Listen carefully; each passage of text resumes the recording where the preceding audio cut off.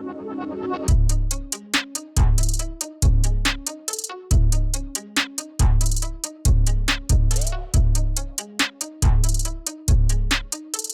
is the 2022 Proton X70, and I'm sure the first thing you want to know is this small little engine powerful enough to move this big car? And I'm going to stop you right there. It is. But wait, don't go yet. There's so much more to this engine than that. Let's be honest, nobody wants to know about the design changes or the new wheels. No, you want to hear about the engine, a 1.5-litre turbocharged 3-cylinder from Geely, derived from the smaller X50. It may not look like much, but this engine is probably the most important one for Proton since the Cam Pro was introduced back in 2004. But we'll get to that in a moment. For now, you'll want to know about the performance. Yes, the headlines are true. This is the same engine you'll find in the Volvo XC40 plug-in hybrid.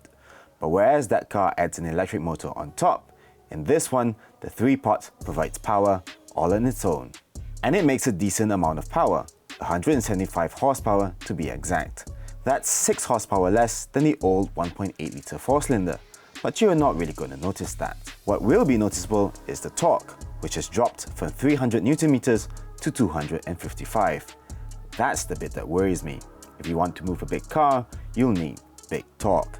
Proton says that peak torque is produced lower down, and that, coupled with the weight saving by having one fewer cylinder, should be enough to make up for that loss.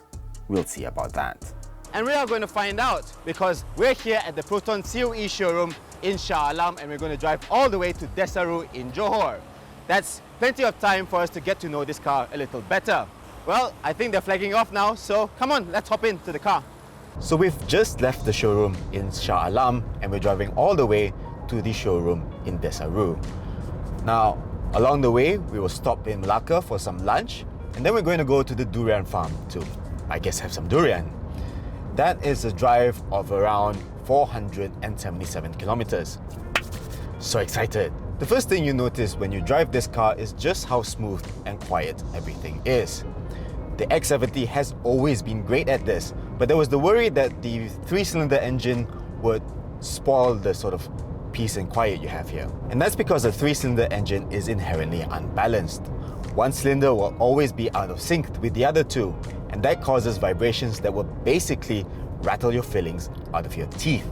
To counteract this, Geely has installed balance shafts. Now these are 2 rods that have weights on either end, and when they rotate, because they are connected to the crankshaft, they counteract the vibrations coming from the engine.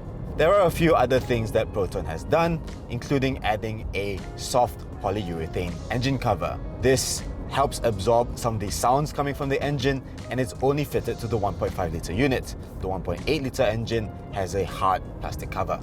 The net result is an engine that feels basically identical to the 4-cylinder engine.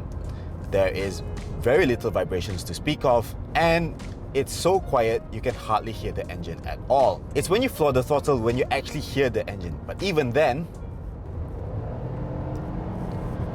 you hear that? Sounds good, right?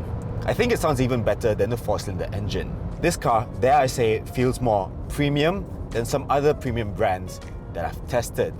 The only problem that I can see in the long run is that these refinement measures, they do well eventually. Things like engine mounts and so on. So some of the engine's vibrations, they might make their way back into the engine. We'll have to wait and see if the customers will have any complaints over the coming few years. Now, what about performance? Well, again, this car feels very similar to the previous X70.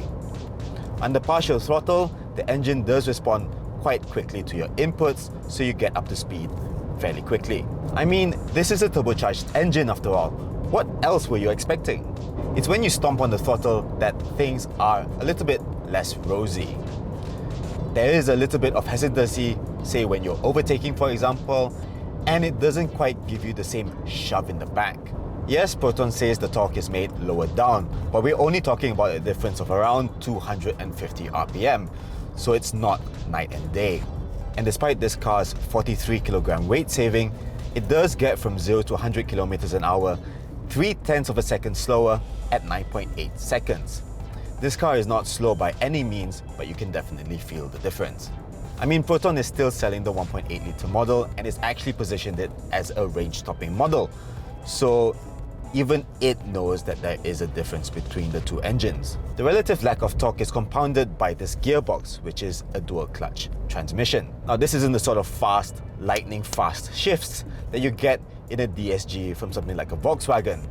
It's not quite like that. Instead, this DCT is more than happy to relax, chill out, and take its own sweet time to downshift. It's happy to let the car ride the wave of torque coming from the engine. The problem is you have 45 Newton meters less to ride on, so it doesn't feel quite as effortless. Also, like the previous X70, this car does not come with paddle shifters on the steering wheel. You have to shift gears using this gear lever over here, so that's also not such a good thing. There's one other issue that I have with this gearbox. At low speeds, there's this sort of judder when you're just crawling along, and it's not quite so refined. That said, it's not like a dry clutch Volkswagen Polo with a busted clutch or something. It's nowhere near as bad. You just feel a little bit of vibration at lower speeds. But of course, I'm nitpicking here. The difference between a 1.5 litre X70 and a 1.8 litre model is only really noticeable if you drive those two cars back to back and if you've had lots of experience with the 1.8 litre model, as I have because my mother has one. If you've never driven an X70 before, I don't think you'll have many complaints. After over an hour, we reached our first stop near the Jeram Toy Forest in Jelebu, some 90 kilometers southwest of where we started. We were given a challenge to answer a series of questions. I messed up, so I had to eat some crackers filled with wasabi. Actually, it was quite nice. I might actually eat it again. Another 100 kilometers took us to our lunch spot in Malacca that gave us a gorgeous view of the sea. Then we set off again, driving another 160 kilometers to a durian farm stay. There we gorged on the finest examples of Malaysia's favourite fruit.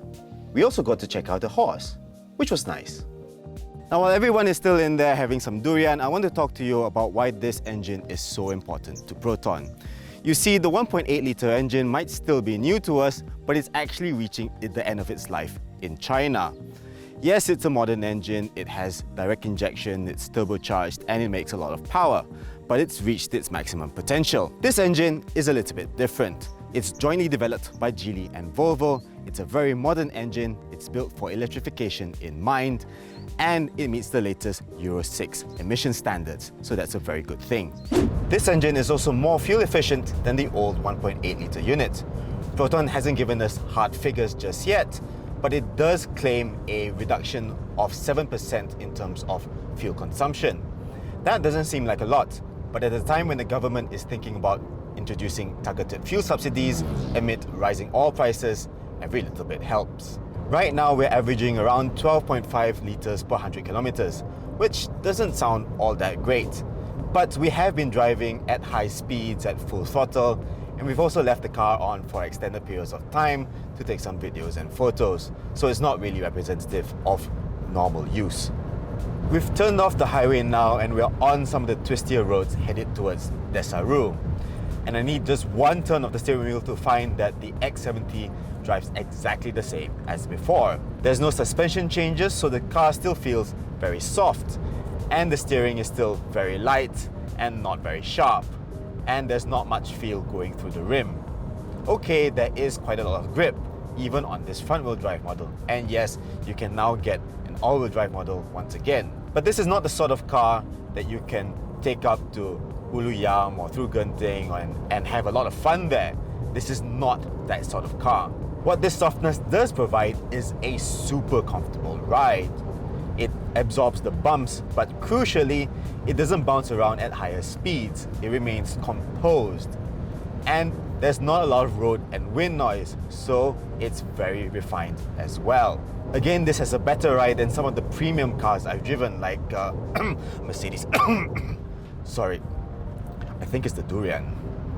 While we're here, I want to point out another thing that's very important for Proton regarding this engine, and it's that this engine is the future for Proton. Yes, I know it's not a great thing that the future for Proton is a petrol engine instead of an electric car, but I digress. This engine is built right here in Tanjung Malim, Malaysia is the first country to build this thing outside of China, and it will filter down to more Proton cars in the future. This engine might be in the next saga, which is why it's so frustrating that the new X70 looks just the same as before. Look, they just put new black paint on the grille, the front bumper, the rear bumper, the tailgate and the wing mirrors, and that's about it. They also added different wheels, but the 90-inch versions that you see here were taken from last year's limited edition SE, so they're not exactly new. Inside you get black headlining, and that's it. I mean, don't get me wrong, this is still a nice and spacious interior, and you do get these very comfortable seats wrapped in soft Napa leather. It's also well equipped with dual zone climate control, powered and ventilated seats, and a hands-free powered tailgate. But it all just looks the same, and it's starting to look dated. It's been 4 years, man, come on. I mean, 4 years ago, this 8-inch touchscreen looked big. Now, it's tiny. In China, you can have the Geely version with a big 12.3-inch display, but not here. And it's still using the same old GKUI interface, which was a little slow even back then. Yes, it has high Proton voice control, which is still cool to show off to your friends, but there isn't actually much you can do with it. The 7-inch instrument cluster, on the other hand, is just awful. It looks low res, there's not much contrast, and the graphics look like they came from 10 years ago. And the less said about the confusing controls for the screen, the better. Thankfully, Proton has since confirmed that the X70 will get the new Atlas OS, currently offered on the Iris, Persona, and now the X50. What it hasn't confirmed is whether the change will require hardware changes, so it's unclear if the existing cars that customers have will be able to support it. The safety features are also quite outdated now. You do get autonomous emergency braking, lane departure warning, and blind spot monitoring, but those are only fitted to the most expensive premium versions. Worse still, the AEB doesn't detect pedestrians, there's no stop and go function for the cruise control, and there's also no lane centering assist, so this car does not do level 2 semi-autonomous driving. These things are all fitted to the X50, which is cheaper than this car. You know, this is the most expensive Proton you can buy, and you don't get all the features of the cheaper model? How can like that? And so here we are in Desaru. It's been a fantastic drive, but the car I'm a bit conflicted with. On the one hand, it's a fantastic effort to make a 3-cylinder X70 feel almost exactly the same as a 4-cylinder one. And 4 years on, this is still a great SUV, especially if you want the premium feel and driving experience on the cheap. Although I should mention, this car is a little bit more expensive than before. The problem is, this car is too much the same. Us Malaysians have had to watch on as Geely added update after update to the Boyue, the Chinese version. Okay, maybe Proton can't afford to facelift the car all the time, but 1 or 2 real upgrades would have really made this car feel more up to date. We spoke to Proton about this, and the company says it doesn't have the sales volume to justify investing in any meaningful changes. That's all fair enough. We'll never have the market volume that China has, but I'm still not buying it. Proton claims to be the SUV leader, and there's a long waiting list to this day, so surely it has the volume for at least a couple of upgrades. This, to me, is just disappointing. Still, this engine is a tantalizing look at the future of Proton.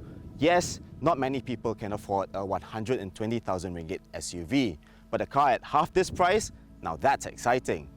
This car though, it's a good effort, but a bit of a wasted opportunity.